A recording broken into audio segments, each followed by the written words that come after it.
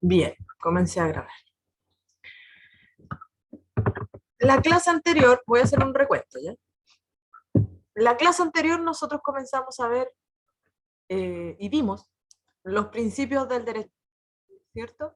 Vimos lo que eran los principios generales, hicimos alusión a lo que es la omnipotencia de la ley, esto no quiere avanzar, ahí sí, la omnipotencia de la ley, la buena fe en su fase objetiva y subjetiva, vimos la reparación del enriquecimiento sin causa, hablamos del enriquecimiento sin causa propiamente tal, de la acción que se nos otorga a través de la creación de la figura de los cuasicontratos, ¿cierto? Y también hicimos alusión al principio de la responsabilidad. A propósito de los principios generales, ¿tienen alguna duda? ¿Consulta, inquietud? ¿No? Ya, perfecto. No, profe. Después vimos los principios que inspiran ciertos ámbitos específicos dentro del derecho civil, ¿ya? Como lo es el ámbito de familia, ¿cierto? Hablamos ahí del interés superior de los hijos que tienen que tener los jueces en observancia al resolver conflictos en los que intervienen los intereses de los menores, ¿cierto? Frente a alguna crisis familiar, por ejemplo, un divorcio, hablamos específicamente de juicios como cuidado personal, alimentos menores, ¿ya? Y la protección del cónyuge más débil, que la vinculamos ahí principalmente con la compensación económica. Sin perjuicio de que también existe la posibilidad de demandar alimentos mayores, que son los alimentos entre cónyuges, ¿ya? Pero se aboca más con lo que es la compensación económica. También analizamos lo que son los principios que rigen el aspecto de bienes, ¿ya? Propiedad privada y libre circulación de estos y la protección al dominio y posesión de inmuebles, y ahí hicimos hincapié en la relevante función que tiene el conservador de bienes raíces en esta materia, a propósito de los inmuebles, ¿ya? Del registro que lleva el conservador de bienes raíces, y la relevancia que tiene este para acreditar posesión y dominio sobre inmuebles. Si no se inscribe en el conservador, no hay dominio, aunque tenga la escritura. Muy importante eso. Ustedes lo van a ver con profundidad en bienes, en Civil 2. Y creo que hasta ahí habíamos llegado. Alcanzamos a ver la buena fe contractual, que en el fondo es lo mismo que la buena fe en general, pero abocada principalmente al cumplimiento de obligaciones contractuales. También distingue lo que es la fase objetiva y la fase subjetiva, ¿ya? Objetiva, cumplimiento de obligaciones; subjetiva, conciencia principalmente en la fase precontractual, al pactar las cláusulas del contrato.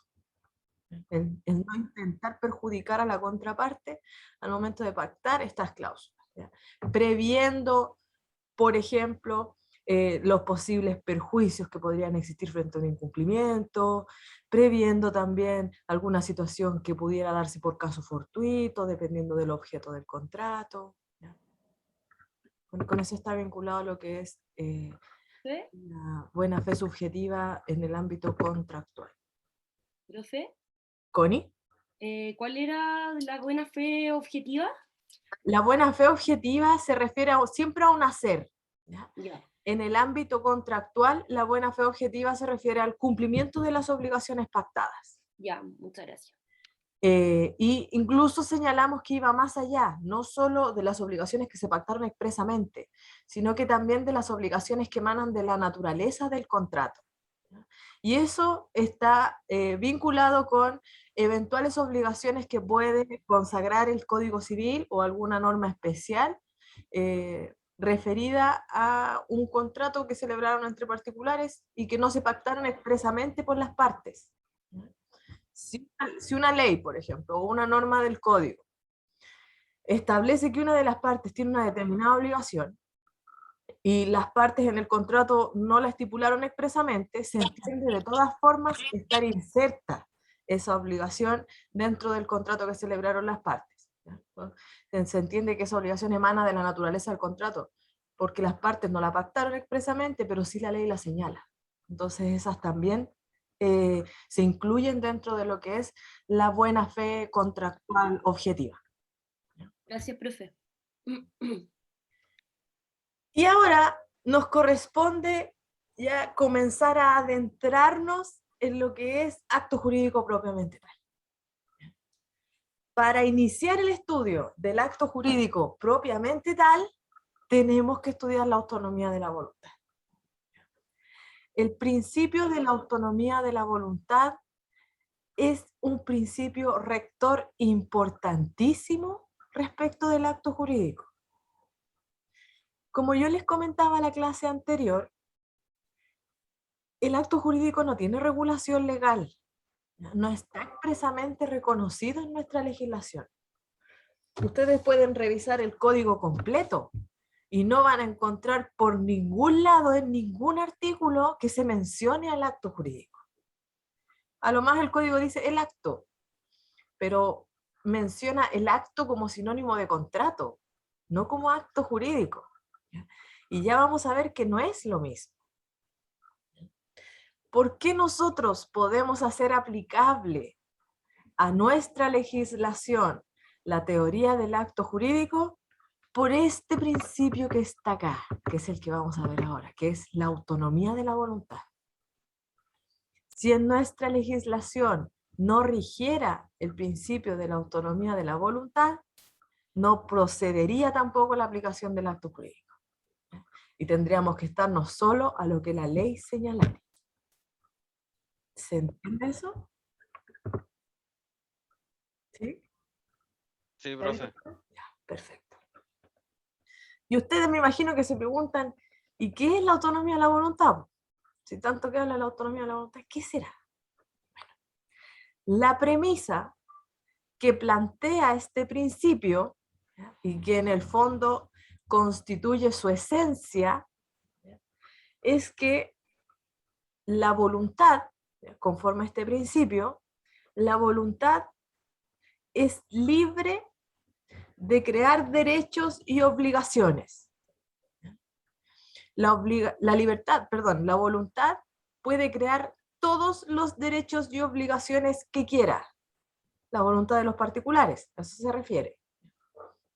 En el fondo, lo que plantea el principio de la autonomía de la voluntad es que los particulares voluntariamente pueden crear cualquier tipo de derecho y obligación. Siendo esta misma, es decir, siendo la voluntad, la fuente y medida de los derechos y obligaciones que crea. ¿Qué acabo de decir? Los particulares, si tienen la intención, pueden celebrar cualquier tipo de acto y crear, aunque la ley no lo señale expresamente, cualquier tipo de derecho y obligación. Cuando hablo de crear derechos y obligaciones, va a ser la voluntad la fuente. De la voluntad van a emanar estos derechos y obligaciones, que no van a estar previstos expresamente en la ley.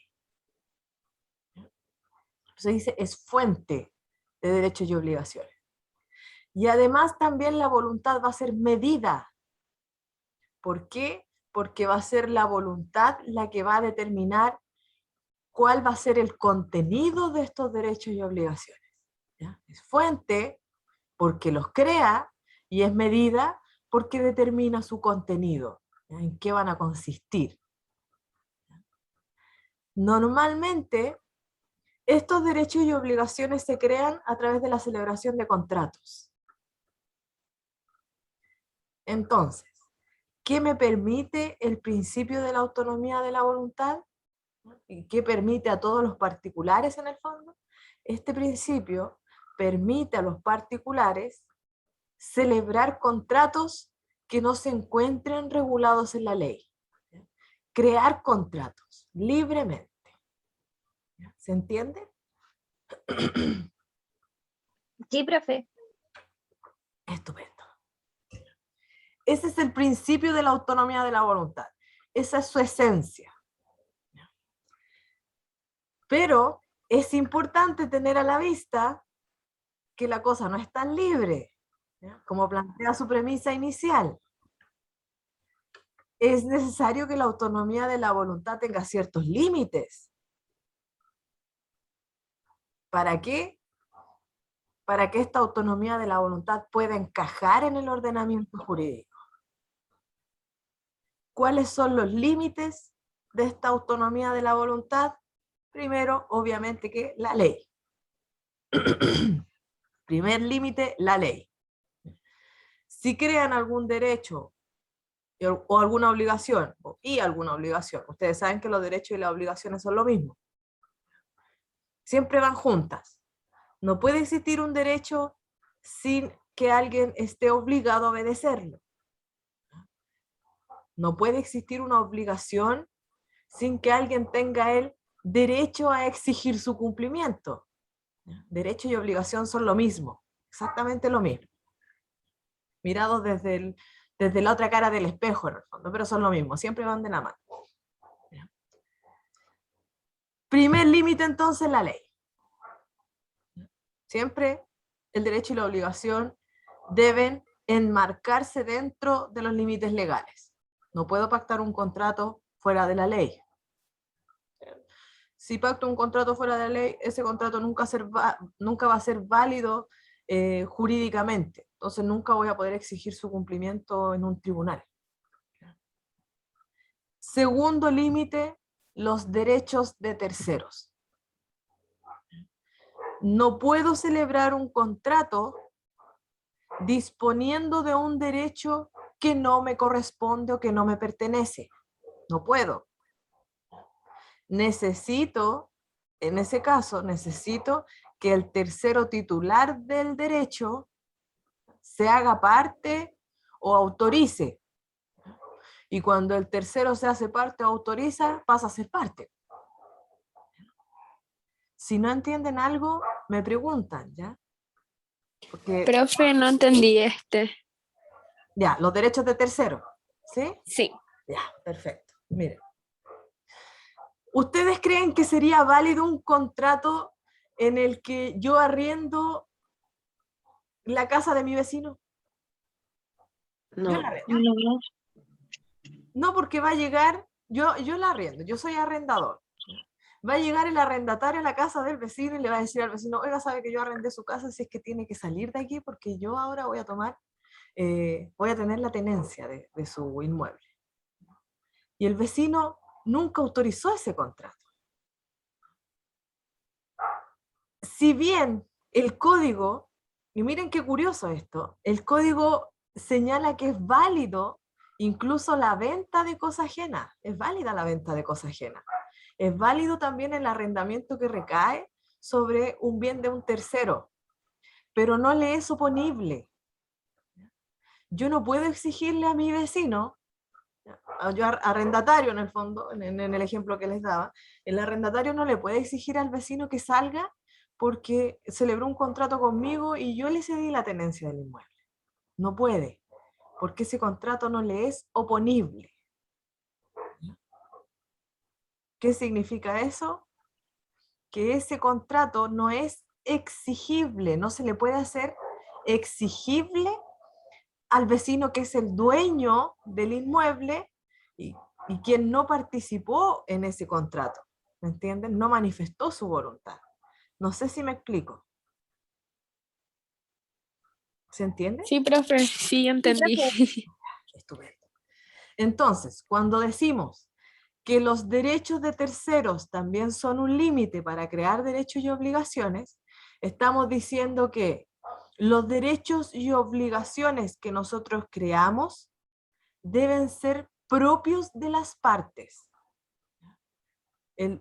La titularidad de esos derechos debe pertenecer a quienes están celebrando el contrato, a quienes están creando derechos y obligaciones.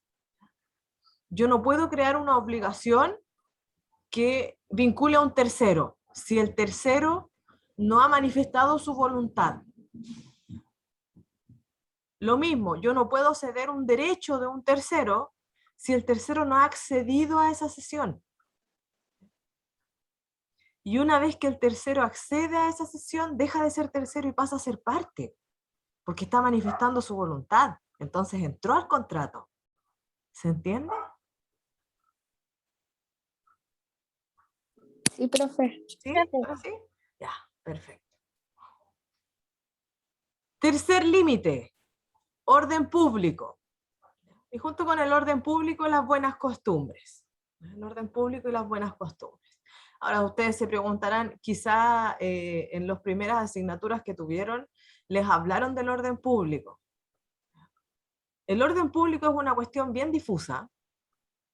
En el fondo, el orden público lo que crea, y no es nada concreto tampoco, no lo van a encontrar ustedes en una norma que diga, el orden público es esto, sino que el orden público es un marco dentro del cual se encuentran todos los principios que orientan el ordenamiento jurídico y que propende a la paz social. Ese es el orden público. Es el marco dentro del cual debemos actuar para siempre propender hacia la paz social. Una cuestión bien, bien amplia. Se está constantemente modificando, porque según los aspectos culturales que rijan en una sociedad, ¿ya? El orden público se va moldando. También hay que tener en consideración qué es lo que nosotros definimos como paz social. ¿Ya? La armonía, pero esa armonía podría considerarse que se logra a través de la imposición, por ejemplo, de ciertas costumbres, que es lo que vemos que está pasando hoy día con estos países donde la gente está emigrando mucho, una situación bastante triste, donde coartan sus derechos, sobre todo a las mujeres. Allá el orden público se entiende así, como una limitación considerable a los derechos de las mujeres, sobre todo de las mujeres. Para nosotros no, po. Para nosotros el orden público, la paz social, prima principalmente con la protección a la propiedad privada, con el libre consumo. En países como Cuba, por ejemplo, el orden público, la paz social está vinculada con una distribución equitativa de los recursos por parte del Estado. ¿Ven? Entonces siempre el orden público es una cuestión muy, muy difusa que está vinculada con los intereses que tenga el Estado, con los principios que rigen, con qué se entiende que es una convivencia armónica social. ¿Ah? Por ahí va la cosa. ¿Sí? ¿Hasta ahí clarito? Sí, Sí, profe. Ya sabemos entonces cuáles son los límites, sabemos en qué consiste el principio de la autonomía de la voluntad. Este principio de la autonomía de la voluntad se compone de una premisa que nosotros ya sabemos cuál es, ¿ya? Que es esta relevancia que tiene la voluntad, la intención de los particulares para crear derechos y obligaciones, ¿ya? Que la voluntad va a ser fuente y medida, ¿ya? Crea y determina los límites, el contenido. ¿Ya? Dentro de la autonomía de la voluntad encontramos 4 subprincipios que son los pilares de la autonomía de la voluntad. Y que en conjunto estos 4, que les enumeré aquí hacia abajo, estos 4 configuran la autonomía de la voluntad propiamente tal. Son sus principios fundamentales, pero se encuentran todos juntos dentro de lo que es este principio rector.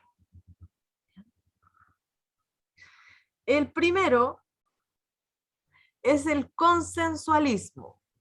Creo que algo mencioné en la clase pasada a propósito del consensualismo. No recuerdo. El consensualismo, primer subprincipio de la autonomía de la voluntad. El consensualismo plantea, y rige nuestra legislación, plantea que por regla general los contratos se van a perfeccionar por el solo acuerdo de voluntades de las partes. Ah, sí, lo mencioné a propósito de este principio. Profe, ¿me lo puede explicar? No entendí. Sí, a propósito de la libre circulación de bienes, En la clase pasada hablamos de la libre circulación de bienes, que es esta imposición a los organismos y a las distintas normas, ¿ya? Que les impide crear demasiadas formalidades que entraven las relaciones jurídicas entre particulares, ¿ya? Esa es la libre circulación de bienes, es decir, hagamos los contratos fáciles, ¿ya? No mucho formalismo, no mucho papeleo. ¿Para qué? Para que los bienes circulen libres y se puedan enajenar rápidamente, y ahí podamos constituir, celebrar contratos rapidito y que empiecen a producir sus efectos. Esa es la libre circulación de los bienes. Eso está vinculado con el consensualismo, ¿ya?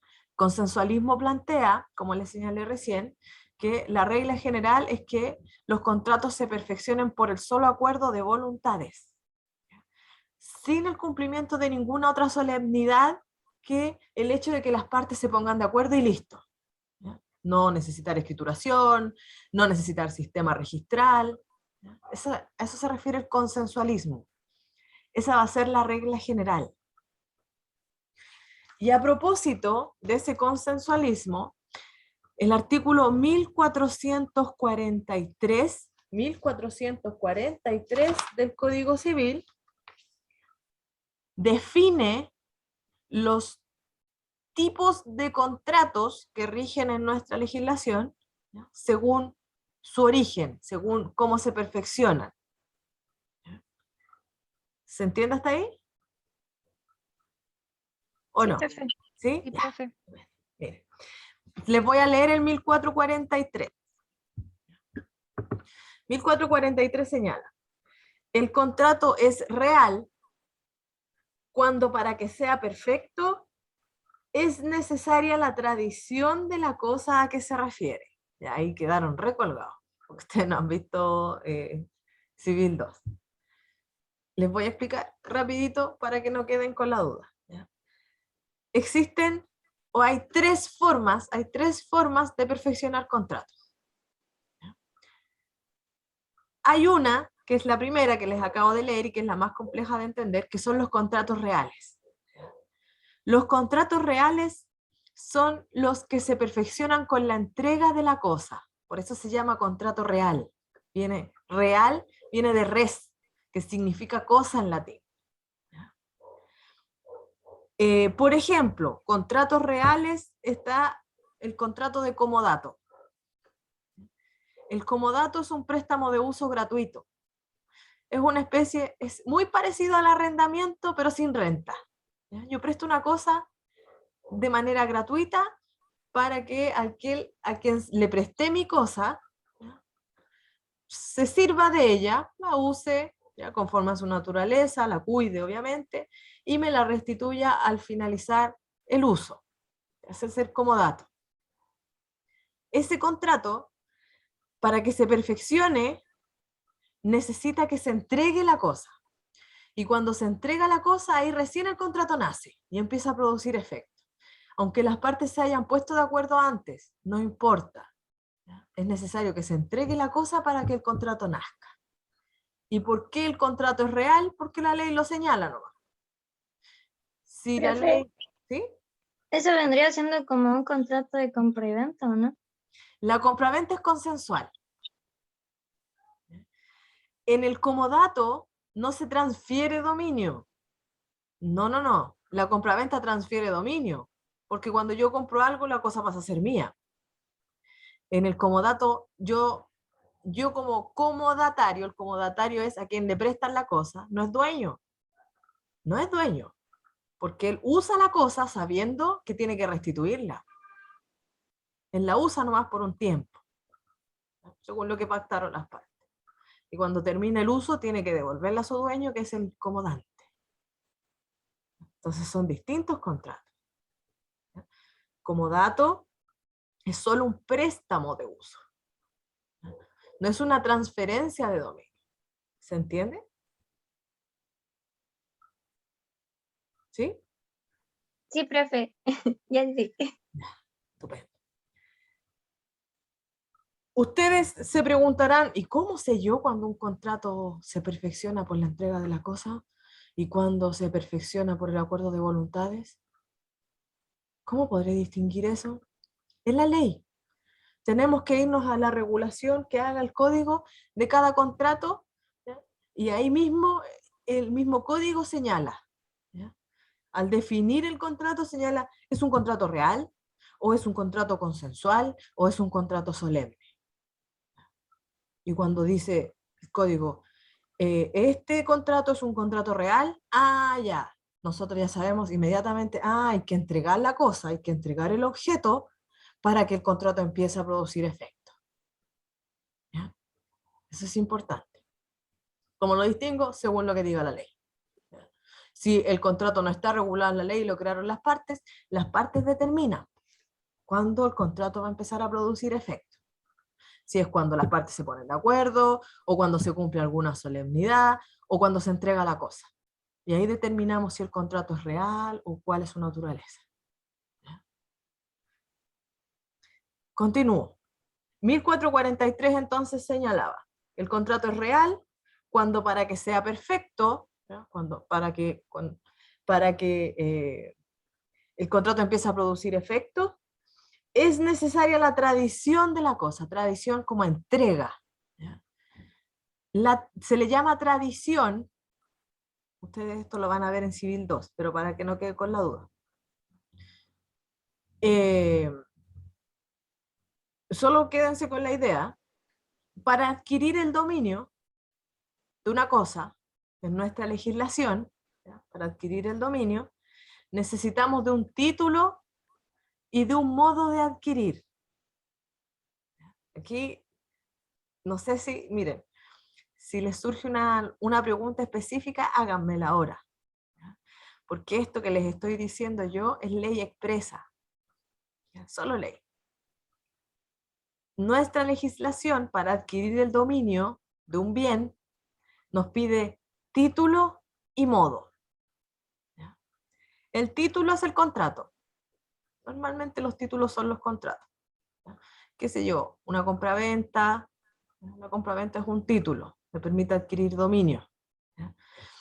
Pero esa compraventa, para poder yo adquirir el dominio, ¿ya? Definitivamente, yo comprador, para poder adquirir el dominio de aquello que compré, necesito que me entreguen la cosa. Porque si no me entregan la cosa, yo no puedo gozar de ella y no me hago dueño. No basta con la sola compraventa. ¿Ya? No basta con el solo título. Necesito el modo. ¿Ya? Y el modo de adquirir, que siempre acompaña a la compra-venta, se denomina tradición. Tradición viene de la palabra traditio, del latín, que significa entrega. Existe la traditio y la nuda traditio, que es como una tradición desnuda, una entrega desnuda. ¿Desnuda de qué? Se preguntarán ustedes. Desnuda de la intención de transferir. La traditio o entrega propiamente tal es la que acompaña a la compraventa, que es la que hace el vendedor. Ya, celebramos contrato de compraventa, ya tenemos el título perfecto, se pagó el precio y el vendedor le dice al comprador, toma, aquí tienes la cosa, es tuya. El vendedor tiene la intención de entregarle la cosa y transferirle el dominio. ¿Cierto? Le está reconociendo, tú me compraste la cosa, ahora es tuya. Esa es la tradición perfecta, la entrega perfecta, ¿ya? Que incluye la intención de transferir. La nuda traditio o entrega desnuda, ¿ya? Es aquella que no incluye esa intención de transferir. Y que no va en la compraventa, pues no nos sirve en la compraventa. Nos sirve, por ejemplo, en el comodato, que era el contrato que yo les mencionaba delante. En el comodato también hay tradición, pero hay nuda tradición. Hay solo entrega, porque el comodante no quiere transferir dominio. El comodante está prestando la cosa para su uso, conservando él el dominio, la presta nomás. Y después de un tiempo va a ir a pedir que se la devuelvan, a pedir que se la restituyan. Eso es nuda traditio, tradición desnuda, en la sola entrega, sin intención de transferir dominio. ¿Sí? Eso vendría siendo como arrendar una casa, algo así, ¿o no? Es como un arrendamiento, pero sin pagar renta. Claro, en el arrendamiento también tenemos nuda tradición. Hay una entrega sin intención de transferir. Esa es la idea. Sí, bien. Muy bien. Ya, eso en cuanto a los contratos reales. Segundo tipo de contrato, ¿ya? Dice el 1443, dice el contrato es real cuando para que sea perfecto es necesaria la tradición de la cosa a que se refiere. Punto y coma. Es solemne cuando está sujeto a la observancia de ciertas formalidades especiales, de manera que sin ellas el contrato no produce ningún efecto civil. Además de existir estos contratos reales, en nuestra legislación existen los contratos solemnes, que son aquellos que necesitan de alguna formalidad para empezar a producir efecto. Ejemplo clásico aquí, cualquier tipo de contrato que se celebre sobre un inmueble. Todo contrato que se celebre sobre un inmueble, contrato de transferencia de dominio o constitución de derechos sobre inmueble, debe constar por escritura pública. Si el contrato no consta por escritura pública, no va a producir ningún efecto. Como por ejemplo una compraventa de inmueble, la compraventa de inmueble debe realizarse a través de escritura pública. Y después la entrega, la tradición que les comentaba hace unos minutos atrás, se realiza a través de la inscripción en el conservador. Porque no puedo entregar la casa completa. ¿Qué hago? Inscribo en el conservador. Y con la inscripción en el conservador, el comprador adquiere la tenencia del inmueble, ¿ya? Como que se lo entregaran. Pero ¿cómo se lo entregan? A través de la inscripción en el conservador, ¿ya? Y ahí se perfecciona la transferencia del dominio. Pero cuando hablamos de el solo contrato, ¿ya? Contrato solemne es el que requiere del cumplimiento de una formalidad. Si yo no cumplo la formalidad, el contrato no existe. ¿Ya? ¿Se entiende? Sí, profe. Sí, profe. Perfecto. Y por último, tenemos, y es consensual, el contrato es consensual, cuando se perfecciona por el solo consentimiento. Eso es lo que señala la última parte del 1443. El contrato es consensual cuando se perfecciona por el solo consentimiento. Y es eso, esa última parte, la que corresponde a este principio del consensualismo. La regla general en nuestra legislación es que los contratos sean consensuales, ¿ya?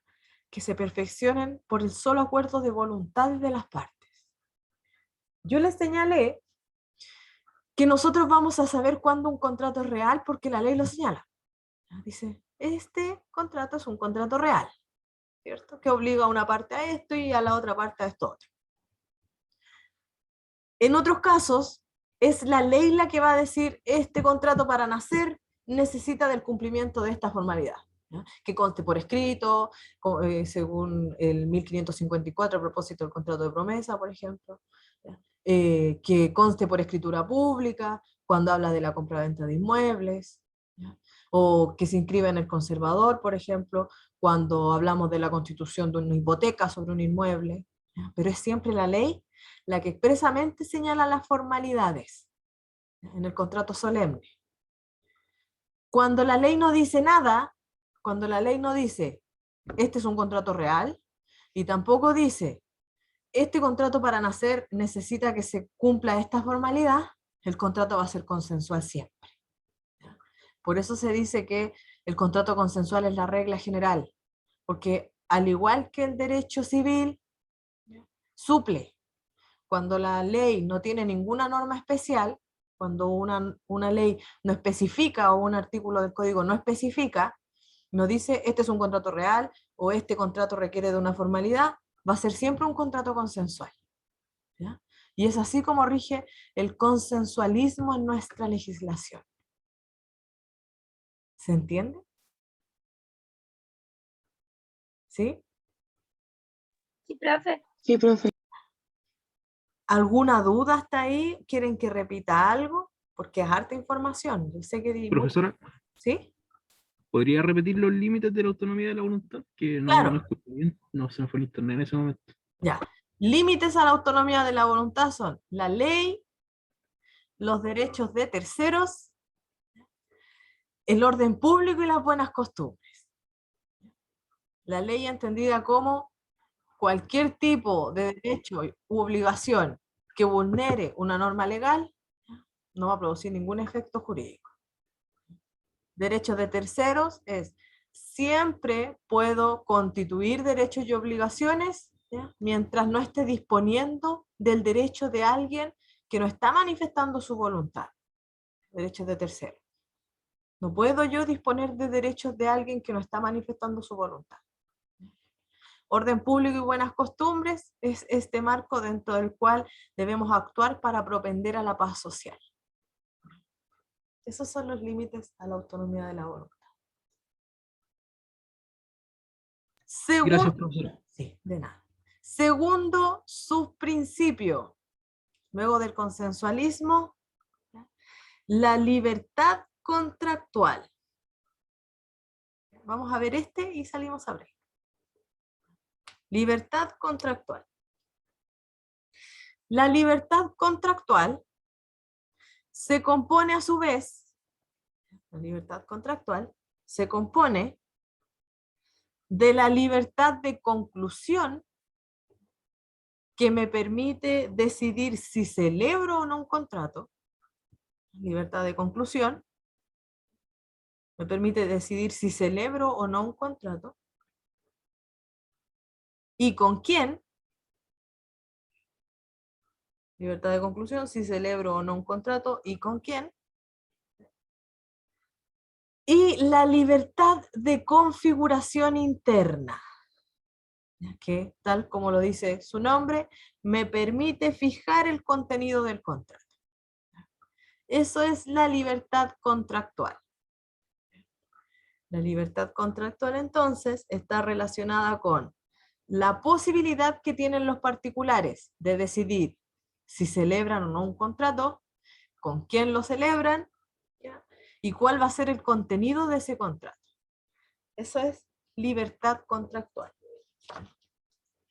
Y se vincula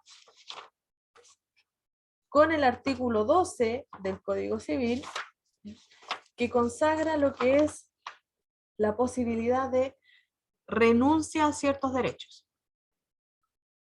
Dice el artículo 12, podrán renunciarse los derechos conferidos por las leyes con tal que solo miren el interés individual del renunciante y que no esté prohibida su renuncia.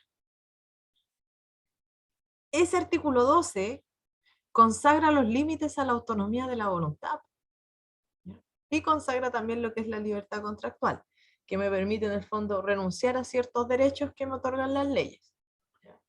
¿Cómo puedo renunciar a ciertos derechos? Decidiendo si contrato o no, con quién contrato, ¿ya?, y fijando el contenido del contrato. Pero miren cuáles son los límites. Con tal que, dice el artículo 12, con tal que esa renuncia mire solo al interés individual del renunciante. Solo al interés individual del renunciante. ¿Qué está diciendo ahí? Que la renuncia tiene como límite los derechos de terceros. Mi renuncia, mi derecho no puede involucrar derechos de terceros. Solo debe mirar mi interés individual. Solo puede afectar mis derechos. No puedo afectar derechos de terceros. ¿Ven? Ahí está, clarito. Y que no esté prohibida su renuncia. La ley, pues el otro límite de la autonomía de la voluntad. El otro límite para poder renunciar a derechos. ¿Ya? Aquí se está vinculado directamente con lo que es la libertad contractual. ¿Ya? Que en el fondo la libertad contractual se refiere a esta posibilidad de materializar un contrato. ¿Ya? Determinar en la naturaleza del contrato, si lo voy a celebrar o no, con quién y cuál va a ser su contenido. ¿Ya? Esa es libertad contractual. ¿Se entiende hasta ahí? ¿Dudas, inquietudes? No, profe, todo claro. Ya. Ninguna, profe. Clarito, perfecto. Vamos a salir a break, ¿ya? Volvemos a las 11:43. ¿Ya? No se vayan, yo me silencio, pauso la grabación y volvemos en 10 minutos. Ya. Sí, profe. Sí, profe. Perfecto. Continuamos entonces, para que terminemos hoy día por lo menos con la parte introductoria. Bien. Definimos entonces de estos 4 pilares básicos que conforman el principio de la autonomía de la voluntad. Estos son pilares o subprincipios, ¿ya? Que conforman el principio de la autonomía de la voluntad. Vimos el consensualismo, ¿cierto? Que plantea que la regla general es los contratos consensuales, que son aquellos que se perfeccionan por el solo acuerdo de voluntades de las partes, sin requerir entrega de la cosa, ni cumplimiento de formalidades, ¿ya? Solo acuerdo de voluntades. Vimos la libertad contractual, relacionada con la posibilidad de renunciar a derechos consagrada en el artículo 12 del Código Civil, ¿ya? Y con la posibilidad de, en el fondo, decidir si se contrata o no, con quién se contrata y qué es lo que se va a contratar, ¿ya? Determinar el contenido del contrato. Ahora nos corresponde ver el subprincipio de la fuerza obligatoria de los contratos. Profe, ¿Sí? ¿a qué principio se podría como... ay, se me fue la palabra. ¿Qué principios se podrían como no tener, o sea, a qué derechos renunciar eso? Ah, ya, ¿qué derechos no se podrían renunciar? Ajá. ¿O Por se pueden ejemplo, renunciar a qué derechos? hay ciertos derechos en nuestra legislación que se denominan derechos personalísimos.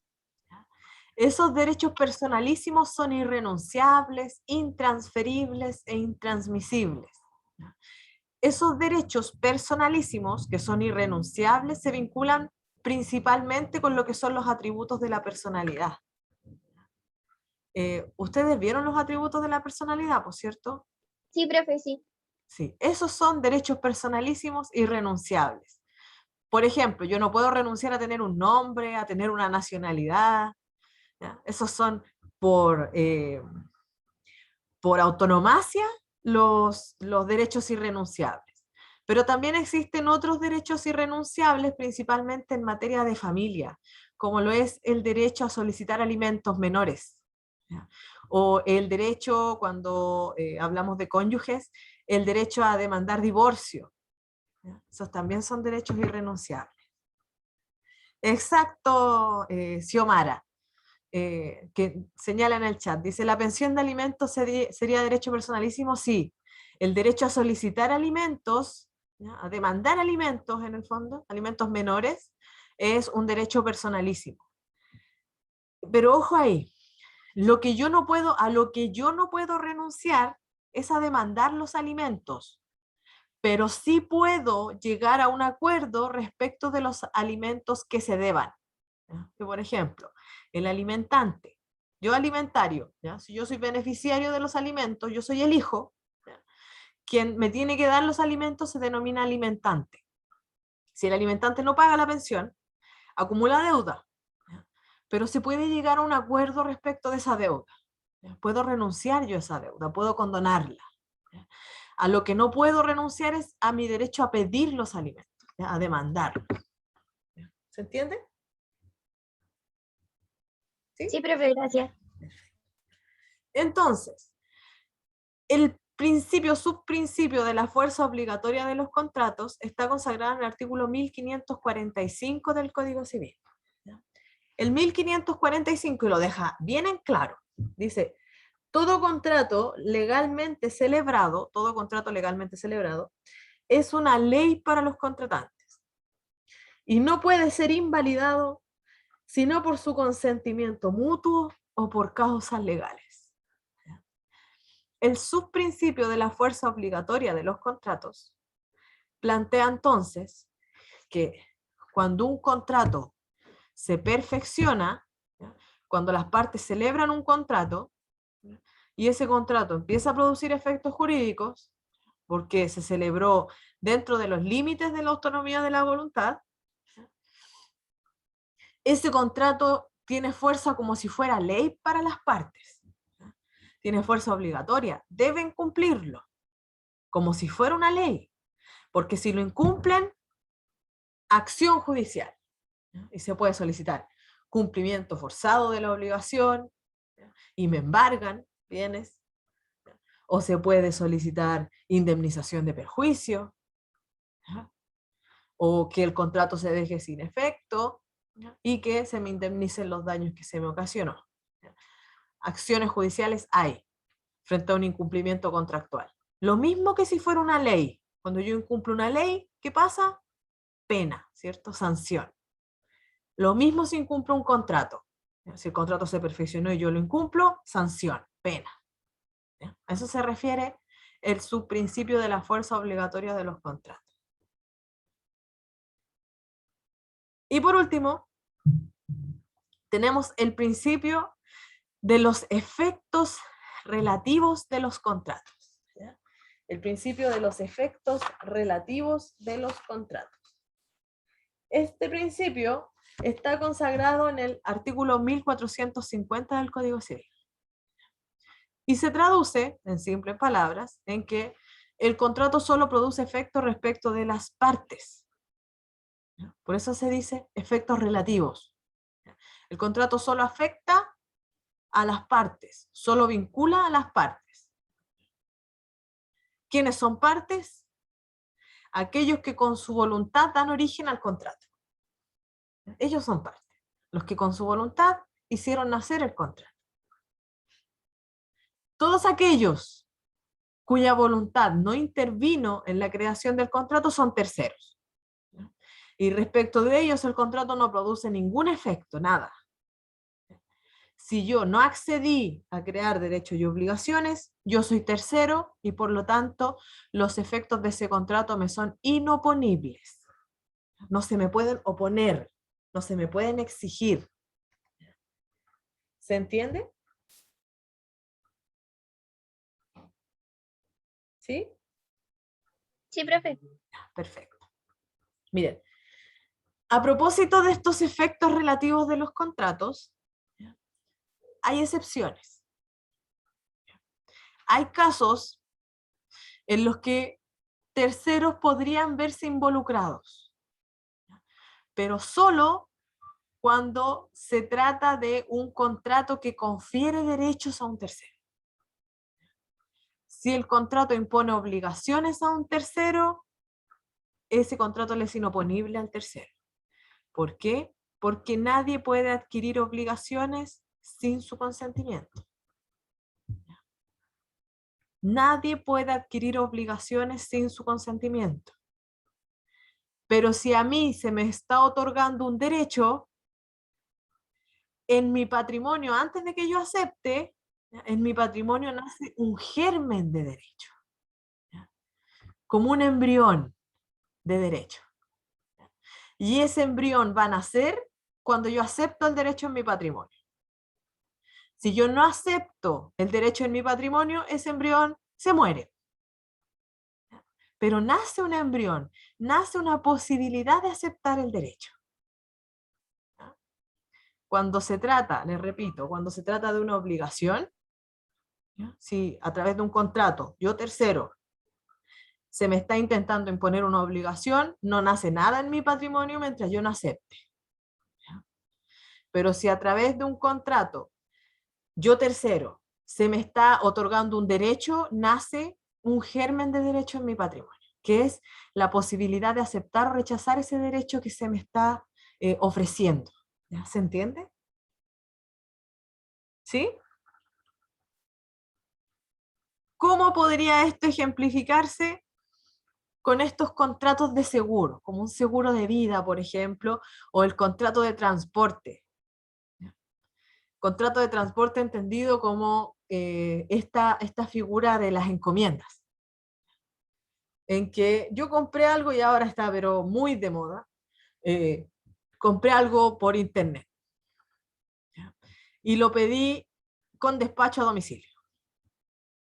Entonces el vendedor fue, armó la cajita, llevó la encomienda a Chile Express o a Correo de Chile o qué sé yo, a cualquiera de estas empresas de encomienda. Y él celebró un contrato de transporte con la empresa. ¿Para qué? Para que la empresa tomara el paquetito y me lo llevara a mi comprador a mi domicilio. ¿Yo participé de manera alguna en ese contrato? No. No, por cierto. Sin embargo, ¿a quién va a beneficiar ese contrato? A usted. A mí, porque a mí me va a llegar la encomienda. ¿Ya? En ese caso, como a mí se me está otorgando un derecho, que es en el fondo el adquirir la cosa, el recibir la cosa, estoy adquiriendo algo, eso es un derecho. ¿Ya? No me estoy grabando con nada. ¿Ya? Ahí nace el germen de derecho en mi patrimonio. Entonces va a llegar Chile Express acá a mi casa y me va a decir, hola, le traigo una encomienda. Ah, y me están diciendo, ¿usted la acepta o no? Entonces si digo, no, eso no es para mí, se extingue el derecho, se extingue el germen. Pero si yo digo, sí, eso es para mí, se perfecciona el derecho e ingresa a mi patrimonio. ¿Ven? Esa es la idea. Eso se llama estipulación en favor de otro. Así se llama esa figura. Estipulación en favor de otro. Y el artículo 1449 la consagra. ¿Ya? Esa es la única forma en que un contrato puede producir efecto respecto de un tercero. La estipulación en favor de otro. ¿Ya? Cuando por un contrato se busca otorgar un derecho a un tercero. ¿Ya? Pero cuando hablamos de un contrato que busca imponer una obligación a un tercero, mientras el tercero no acepte, no nace la obligación. ¿Ya? Esta figura se llama promesa de hecho ajeno. Y está consagrada en el 1450, así se denomina, promesa de hecho ajeno. La promesa de hecho ajeno no genera obligaciones para el tercero si el tercero no acepta. No genera ni siquiera un germen de obligación, nada, mientras el tercero no acepte. ¿Se entiende? Sí, profe. Perfecto. Profe, yo me perdí con la promesa de hecho ajeno. O sea, no entiendo la relación con la estipulación a favor de otro y la promesa de hecho ajeno es como distinto, no entiendo. Claro, es distinto porque en la estipulación en favor de otro lo que se le da al tercero es un derecho, se le está dando algo. A diferencia de la promesa de hecho ajeno. En la promesa de hecho ajeno lo que yo estoy haciendo es crear una obligación para un tercero. No le estoy confiriendo un derecho, lo estoy obligando. ¿Entiende? Desde ese punto de vista son distintos. ¿Entiende, Connie? Profe, entonces la excepción al efecto relativo de los contratos sería la estipulación en favor de otro. Exacto, exacto. Y la promesa de hecho ajeno sería la que crea una obligación para tercero, o sea, distinto. Claro, claro. Ya. Esa no es excepción. Ahí no se Excepción. vincula, no amarra al tercero. Ya, perfecto, gracias. Claro, es como lo opuesto en el fondo, es la figura opuesta a la estipulación en favor de otro, la promesa de hecho ajeno. No genera ningún tipo de obligación. Y ahí opera plenamente el efecto relativo de los contratos. Miren, les voy a leer el 1450, dice, siempre que uno de los contratantes, ¿ya? Partes, siempre que una de las partes se compromete a que por una tercera persona de quien no es legítimo representante ha de darse, hacerse o no hacerse alguna cosa, esta tercera persona no contraerá obligación alguna, sino en virtud de su ratificación. ¿Ya? Que es en el fondo la aceptación, ya, yo me obligo, acepto obligarme, el tercero dice. ¿Ya? Y si ella no ratifica, si el tercero no ratifica, si el tercero no acepta la obligación, ¿ya? El otro contratante tendrá acción de perjuicios contra el que hizo la promesa. Resultan solo obligadas las partes a él. No se obliga al tercero de ninguna forma. ¿Ya? Eso es promesa de hecho ajeno y eso es efecto relativo de los contratos. Miren lo que dice el 1449. 1449 consagra la estipulación en favor de otro. Dice, cualquiera puede estipular a favor de una tercera persona. Es decir, se puede celebrar un contrato otorgándole un derecho a un tercero. Cualquiera puede hacerlo. aunque no tenga derecho para representarla. ¿Ven? Va a producir efecto. ¿Ya? Pero solo esta tercera persona podrá demandar lo estipulado, es decir, solo el tercero puede aceptar. Obvio, si el derecho se le está confiriendo a él. ¿Ya? Y mientras no intervenga su aceptación, el contrato puede dejarse sin efecto. ¿Ven?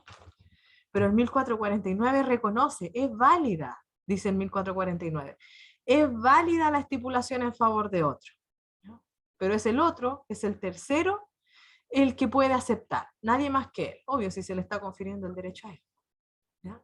A diferencia del 1450 que dice, si yo quiero obligar a un tercero, esa obligación no va a producir efectos mientras el tercero no acepte.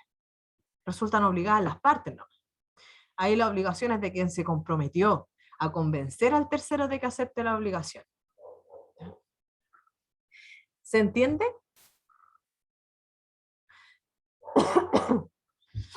¿Dudas hasta ahí? No hay dudas. No, profe. Ya, Está bien. perfecto. Y con esto terminamos con los principios. ¿Ya? Estamos listos con los principios. Autonomía de la voluntad, importantísimo, no pueden no saberlo. ¿Ya? Muy importante la autonomía de la voluntad. Al igual que sus límites y sus subprincipios, que en el fondo los subprincipios desarrollan todo el contenido de la autonomía de la voluntad. Todo esto que vimos en estos 4 puntos está dentro de la autonomía de la voluntad. ¿Ya? Ahora, entramos de lleno con lo que es acto jurídico. ¿Ya? Para comenzar con el estudio del acto jurídico, es necesario que sepamos de dónde nace el acto jurídico. Y para identificar el origen del acto jurídico, elaboré este esquema que les estoy proyectando acá. Todo nace, todo esto, todo este estudio nace de un hecho. Un hecho entendido como un acontecimiento cualquiera, un hecho, un suceso, ¿ya? Algo que ocurre en la realidad. Un hecho. Cualquier tipo de acontecimiento. Los hechos o acontecimientos que ocurren en la vida, ¿ya? Pueden ser jurídicos o no jurídicos. Los hechos son jurídicos cuando producen algún tipo de efecto jurídico. Es importante esto, ¿eh? Muy importante. Pongan ojo. Les repito. Los hechos o acontecimientos que ocurren en la vida real pueden ser jurídicos o no. Se consideran hechos jurídicos todos aquellos que producen efectos jurídicos. Es que ustedes se preguntarán, ¿y qué son los efectos jurídicos? Pues, profe, los efectos jurídicos son nacimiento, modificación, extinción, transferencia o transmisión de derechos y obligaciones. ¿Los puede repetir, profe? ¿Sí? Ahí voy de nuevo. Nacimiento,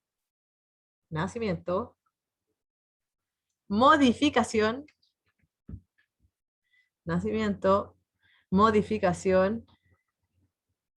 extinción, transferencia o transmisión de derechos y obligaciones. Esos son los efectos jurídicos. Si un acontecimiento produce el nacimiento de un derecho, por ejemplo, o la modificación de un derecho, o la extinción de un derecho, o la transferencia de un derecho, transferencia siempre es por acto entre vivos, cambia el dueño, ¿ya? Pero sin la necesidad de la muerte de ninguna de las partes, eso es transferencia. Transmisión tiene lugar siempre por causa de muerte, ¿ya? Es la herencia en el fondo, ¿ya?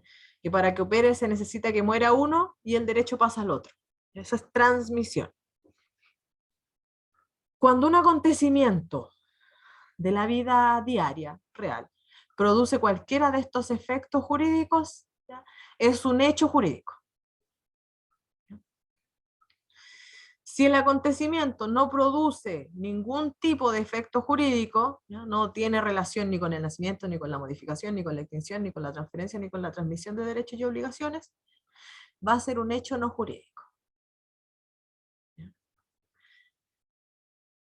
Los hechos, jurídicos o no, pueden ser de la naturaleza o del hombre. ¿De qué depende? De si este hecho emanó o tuvo origen en la voluntad del hombre o no. Si no tuvo origen en la voluntad del hombre, va a ser de la naturaleza. Por ejemplo, a propósito de los hechos no jurídicos de la naturaleza, hechos no jurídicos de la naturaleza. La caída de las hojas de los árboles, el amanecer, el atardecer, la salida de la luna, ¿ya? Y todas estas cosas poéticas tan lindas que nos regala el medio ambiente. Esos son hechos no jurídicos de la naturaleza. La brisa matutina, qué sé yo, el cantar de los pajaritos, son acontecimientos, ¿ya? No son jurídicos porque no tienen nada que ver ni con la creación, ni extinción, ni ninguno de los efectos que les señalé. Y no tienen nada que ver tampoco con la voluntad del hombre. Esos son hechos no jurídicos de la naturaleza. También existen hechos no jurídicos del hombre, que son acciones voluntarias del humano, pero que no producen ningún efecto jurídico. Como, por ejemplo, normalmente caminar, comer, respirar. ¿Ya? Esos son hechos no jurídicos del hombre. ¿Se entiende? ¿Sí? Sí, profe. Ya, perfecto. Hasta ahí, me imagino que todo clarito. Por otro lado, tenemos los hechos jurídicos, que pueden ser de la naturaleza, ¿ya? Hechos de la naturaleza que producen efectos jurídicos, como por ejemplo los desastres naturales. Los desastres naturales normalmente producen efectos patrimoniales, como destrucciones de inmuebles, ¿ya? Y ahí podría operar algún nacimiento de derecho relacionado, por ejemplo, con el otorgamiento de alguna política pública, algún bono, ayuda del Estado, qué sé yo, o también hecho de la naturaleza, por ejemplo, que corrió un viento muy fuerte y el árbol de mi vecino se cayó sobre mi casa. Nace una acción para mí que es demandar de perjuicios a mi vecino porque tenía un árbol ahí en riesgo y el árbol de él generó daño en mi patrimonio. ¿Ven? Y en esa caída del árbol no intervino la voluntad de nadie, se cayó solo. ¿Pero de quién era el árbol? El vecino. ¿Y quién tenía la obligación de mantener el árbol en estado de no causar daño? El vecino. Por lo tanto, tiene que indemnizar. ¿Ven? O también, por ejemplo, cualquier tipo de accidente que ocurre sin intención, un cuasi delito. Qué sé yo, voy manejando y voy jugando con el teléfono que ocurre tan comúnmente en Santiago. Ahí, mirando el Facebook. ¿Qué pasó? No me fijé que el vehículo de adelante se detuvo y lo choqué por detrás. Es un hecho jurídico de la naturaleza. Un accidente por culpa. No hay intención. ¿Ven?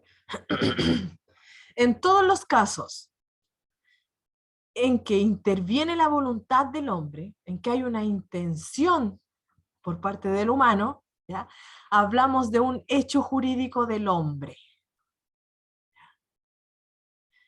Dentro de los hechos jurídicos del hombre encontramos los actos jurídicos, ¿ya? Y es ahí recién donde llegamos al acto jurídico. Acá está, miren, al final de todo el esquema encontramos el acto jurídico.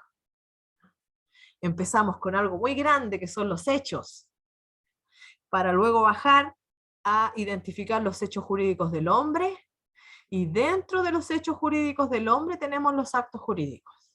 ¿Ya? Porque existen también otros tipos de hechos jurídicos del hombre que no necesariamente se traduce en la celebración de un acto jurídico. Hay también algunos actos, como los delitos penales, por ejemplo, en que hay voluntad del hombre, pero el efecto jurídico que generan no es necesariamente la creación de derechos y obligaciones contractuales, ¿no? Sino que es la generación de consecuencias legales, pero no civiles, sino que dentro de otros ámbitos, ¿ya? Qué sé yo, penal, administrativo o de cualquier otra rama, ¿ya? Esos también son hechos jurídicos del hombre. Lo importante es que estos hechos jurídicos, sean de la naturaleza o del hombre, van a producir siempre efectos jurídicos. ¿Ya? Obviamente que el acto jurídico también produce efectos jurídicos. ¿Se entiende? ¿Sí? ¿Dudas? Esto tiene que quedar clarito, ¿ah? Acá tiene que quedar clarito, porque esto sí que es pregunta de evaluación también, al igual que la autonomía de la voluntad.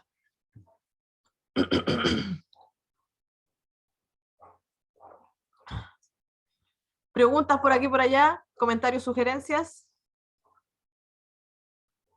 No, profe. No, profe. Ya, perfecto. ¿Estamos claritos entonces? Sabiendo de dónde proviene el acto jurídico, porque ya sabemos de dónde proviene, sabemos que hecho jurídico y acto jurídico no es lo mismo. ¿Ya? El acto jurídico es un tipo de hecho jurídico del hombre. ¿Ya? Es un tipo de hecho jurídico del hombre. Es decir, esta pelota grande, imaginen que mi mano es una pelota, esta pelota grande es el hecho jurídico y un puntito dentro de esa pelota grande es el acto jurídico. ¿Ya? Es algo diminuto al lado de lo que es un hecho jurídico. ¿Ya? Incluso es algo diminuto al lado de lo que es un hecho jurídico del hombre, porque existen otros tipos de hechos jurídicos del hombre también. ¿Ya? Miren, aquí en este esquema de pelotitas se queda mucho más claro. ¿Ya? Y aquí podemos distinguir también otros conceptos. Hecho jurídico viene a ser todo lo rojo. ¿Ya?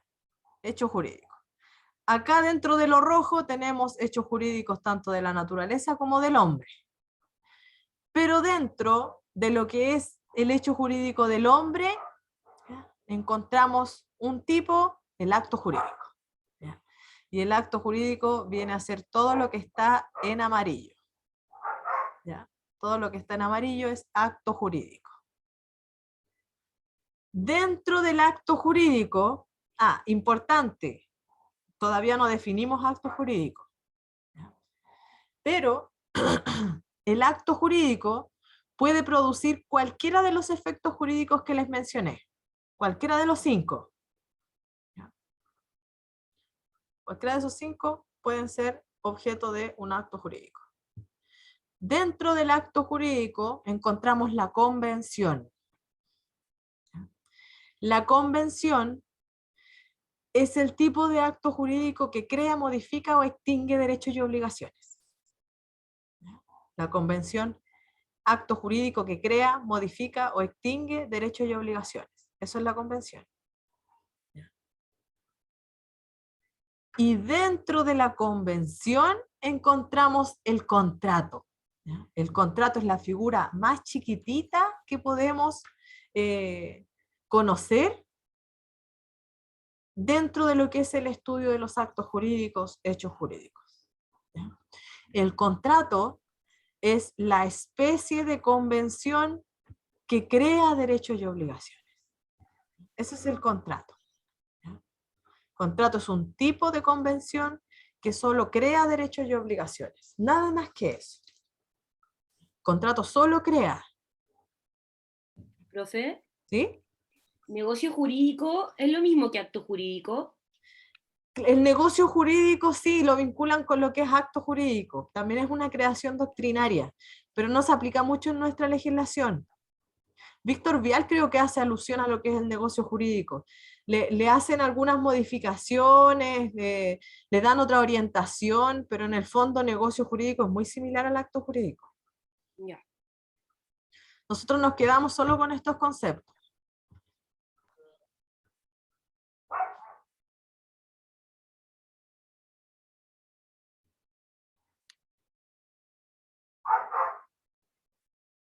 ¿Ya? Hasta ahí. ¿Clarito? Profe, ¿podría repetir qué es la convención? Claro, la convención es el acto jurídico que crea, modifica o extingue derechos y obligaciones. La convención crea, modifica o extingue derechos y obligaciones. Gracias. Ujú. Miren, a partir de esta distinción que les hice entre convención y contrato, ¿ya? Es que se critica mucho el artículo 1438 del Código Civil. El artículo 1438 del Código Civil define el contrato y lo define como contrato o convención. Es un acto en virtud del cual, ¿ya? Dice contrato o convención. No son lo mismo. El código los hace sinónimos, pero no son lo mismo, ¿ya? Por eso hay mucha doctrina, quizás lo encuentren por ahí en el manual de Víctor Vial. La doctrina destroza ese concepto del 1438. ¿Por qué? Porque ese concepto desconoce esta distinción. Dice que el contrato es lo mismo que la convención, y eso es falso. El contrato es una especie de convención. Es la especie de convención que crea. Porque la convención puede crear, modificar o extinguir. ¿Ya? Eso es importante. Y bien, teniendo esto en claro, entonces, ¿ya? Nos vamos ahora, ya para ir terminando por hoy, nos vamos a ir a analizar. Esperen un momento que no lo abrí. Denme un minutito. Pensé que lo tenía aquí. Ese es.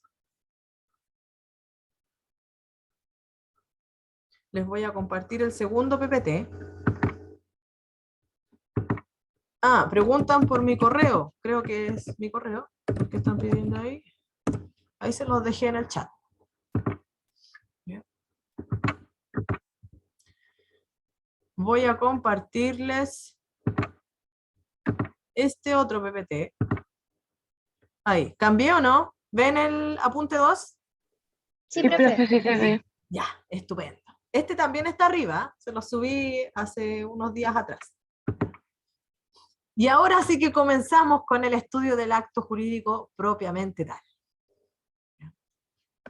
Y aquí se repite un poco lo que les estaba comentando. ¿Ya? Acá están los efectos jurídicos, acá se los menciono, ¿ven? Lo que ya les había señalado. Ahora vamos a explicar de manera somera de qué se trata cada uno de ellos. Cuando lleguemos a ese punto. Lo primero que hay que tener en claro, ¿ya? Y que ya se los he repetido hasta el cansancio, es que el acto jurídico no tiene regulación en nuestro código, no tiene reconocimiento legal. El código emplea solo o enuncia lo que es la palabra actos o contrato o convención. Y este contrato o convención, ¿ya? Estas normas que regulan los contratos, son las que se hacen aplicables al acto jurídico. ¿Ya? Esas normas se encuentran consagradas en el libro 4 del Código Civil, que regula las obligaciones en general y los contratos. Son a esas normas principalmente a las que nosotros vamos a hacer alusión, pero les repito, no como normas reguladoras del acto jurídico, sino que como normas reguladoras de los contratos que se aplican supletoriamente a la regulación de los actos jurídicos, principalmente con lo que dice relación con sus elementos, y con el desarrollo de ellos, con el objeto, la causa, que lo vamos a ir viendo ahí a lo largo del semestre.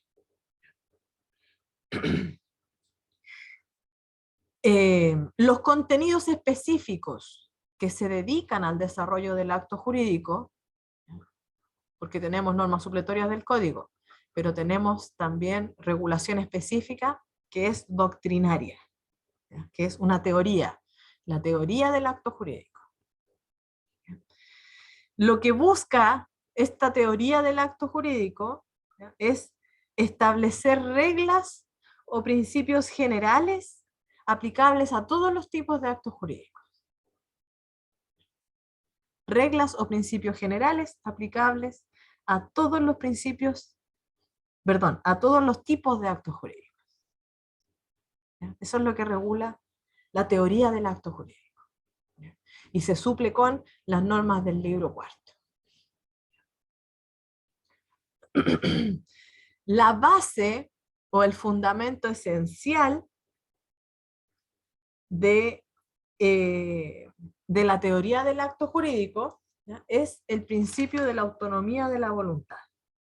¿Ya? Eso es muy importante, el principio de la autonomía de la voluntad, que era lo que les mencionaba yo delante. ¿Ya? Es la esencia de la teoría del acto jurídico, este principio de la autonomía de la voluntad. ¿Cómo podemos definir el acto jurídico? Ya para que vamos aterrizando este concepto. Y acá lo que hice yo fue desmembrarles los elementos del concepto. Como acá no tenemos concepto legal, ¿ya? Podemos manipular un poco el concepto, ¿ya? Qué sé yo, cambiar su orden, ¿ya? Pero jamás podemos sacarle un elemento al concepto. Si le sacamos o le alteramos un elemento al concepto, el concepto está mal. Al tiro, está mal. Pero si modificamos, por ejemplo, ponemos al principio el último elemento o alteramos su orden, está bien. Mientras esos elementos estén en el concepto y no sean alterados, el concepto va a estar bien, porque no es concepto legal. ¿Ya? Los conceptos legales tienen que aprendérselos tal cual. Siempre, tal cual, hasta con las comas. Pero los conceptos doctrinarios no. Si identifican los elementos, pueden jugar ahí un poco. Ya son más flexibles. ¿Cómo se define entonces el acto jurídico? Se define como una manifestación de voluntad,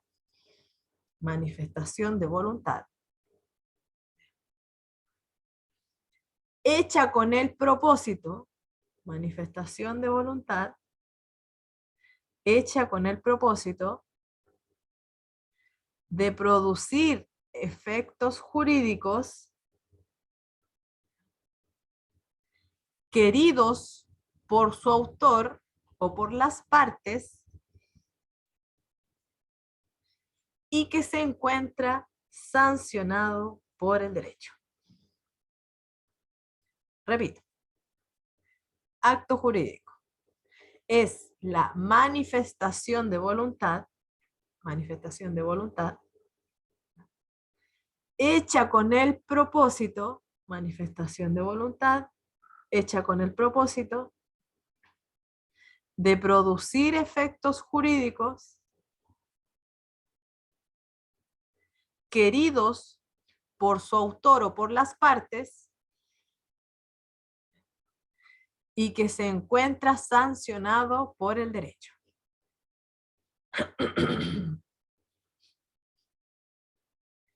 ¿Clarito hasta ahí? Sí, profe. Perfecto. Vamos a analizar los elementos y hasta ahí llegamos por hoy. ¿Ya? Primer elemento entonces, estos son los elementos del concepto como ya les señalé. ¿Ya? Esto es lo que no puede faltar. Si le sacan uno de esos está malo el concepto, completo. ¿Ya?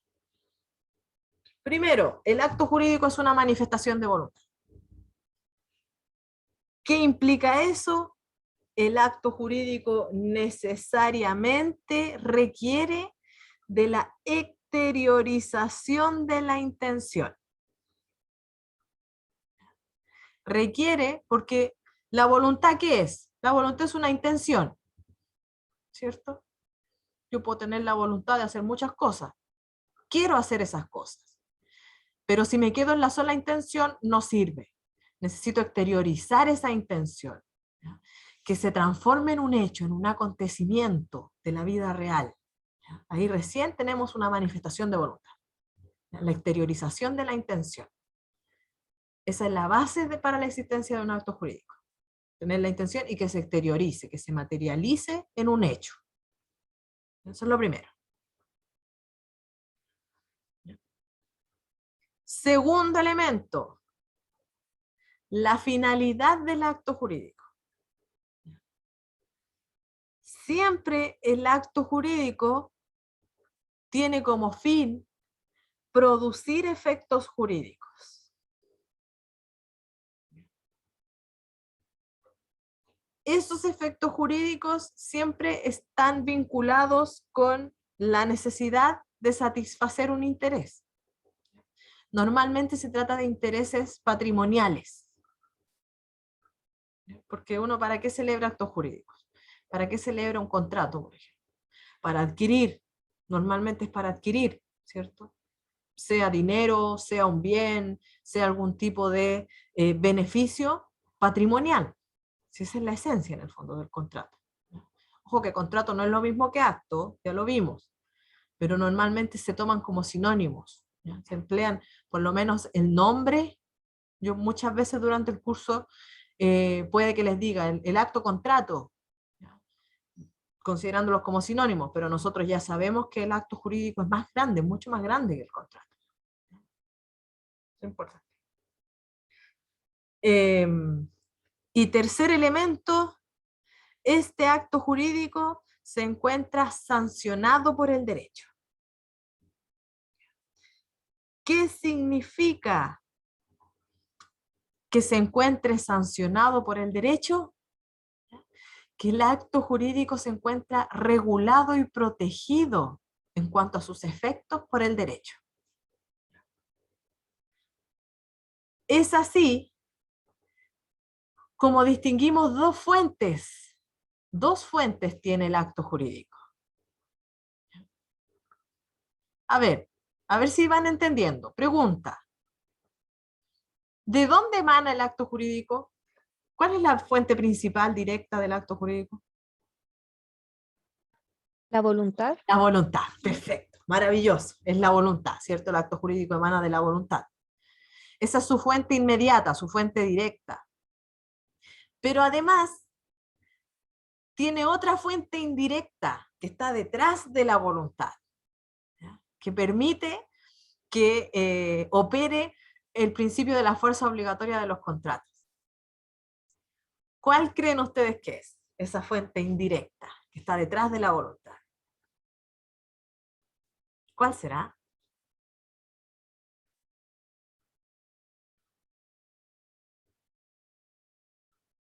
Arriésguense.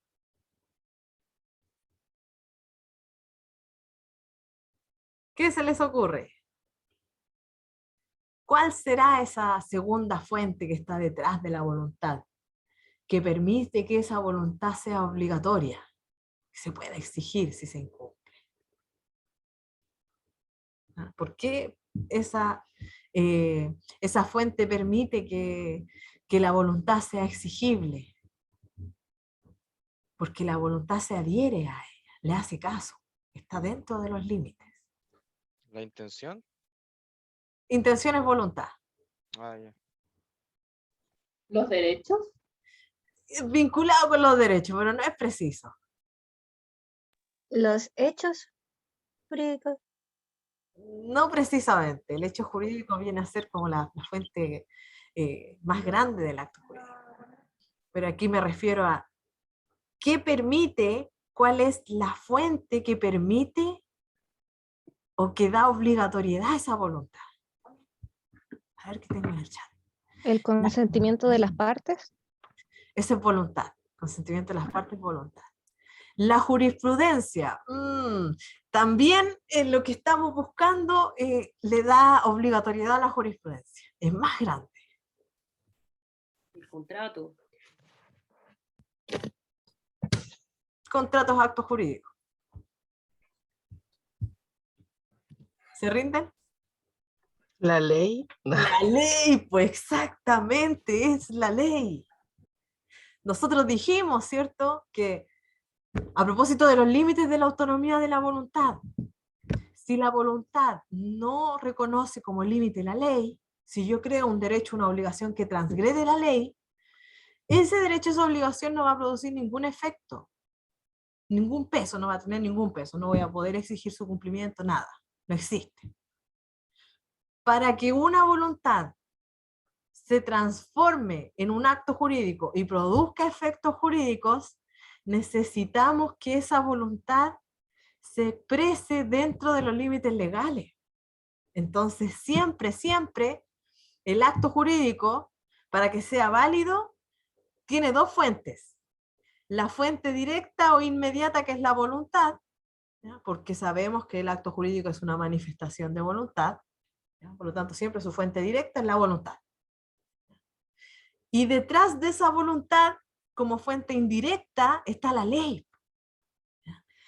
Esa voluntad siempre tiene que mirar hacia atrás y adherirse a la ley, porque es la ley la que le va a decir a la voluntad, sí, hasta ahí puedes llegar, ¿ah? Ese es tu límite. ¿Ven? Porque es la autonomía de la voluntad, en el fondo, el principio que permite la creación de los actos jurídicos. Y es eso, esa fuente mediata o indirecta, que es la ley, la que permite esta sanción, este reconocimiento y protección de la voluntad por parte del derecho. ¿Se entiende? Sí, profe. ¿Sí? Profe. ¿Clarito? Ya, perfecto. Bien, y hasta ahí lo vamos a dejar por hoy, ¿ya? Para que expliquemos los efectos jurídicos con calma el lunes. Así les pongo ejemplos, cuándo es nacimiento, cuándo es modificación, ¿ya? Porque hoy día hemos visto mucha materia, los bombardeé con contenidos, ¿ya? Y así no los atosigo, digamos. ¿Sí? Estamos recién empezando el semestre, así que vamos súper bien. Todo acá en sí la clase, profe.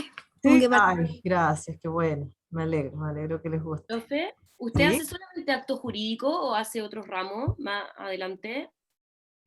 Hago, sí, todos los civiles los hago yo, hasta el 7. Hasta el 7. Ya, bueno. De hecho, profe, la clase estuvo muy buena, siento que se me fue volando.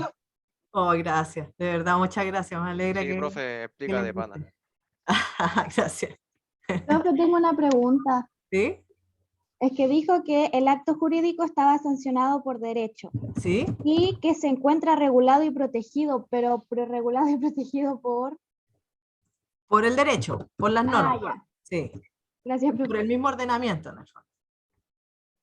Las clases, me preguntan por las clases, ya las subí al aula, ¿ya? Las tienen todas en el aula, no en el portal, en el aula.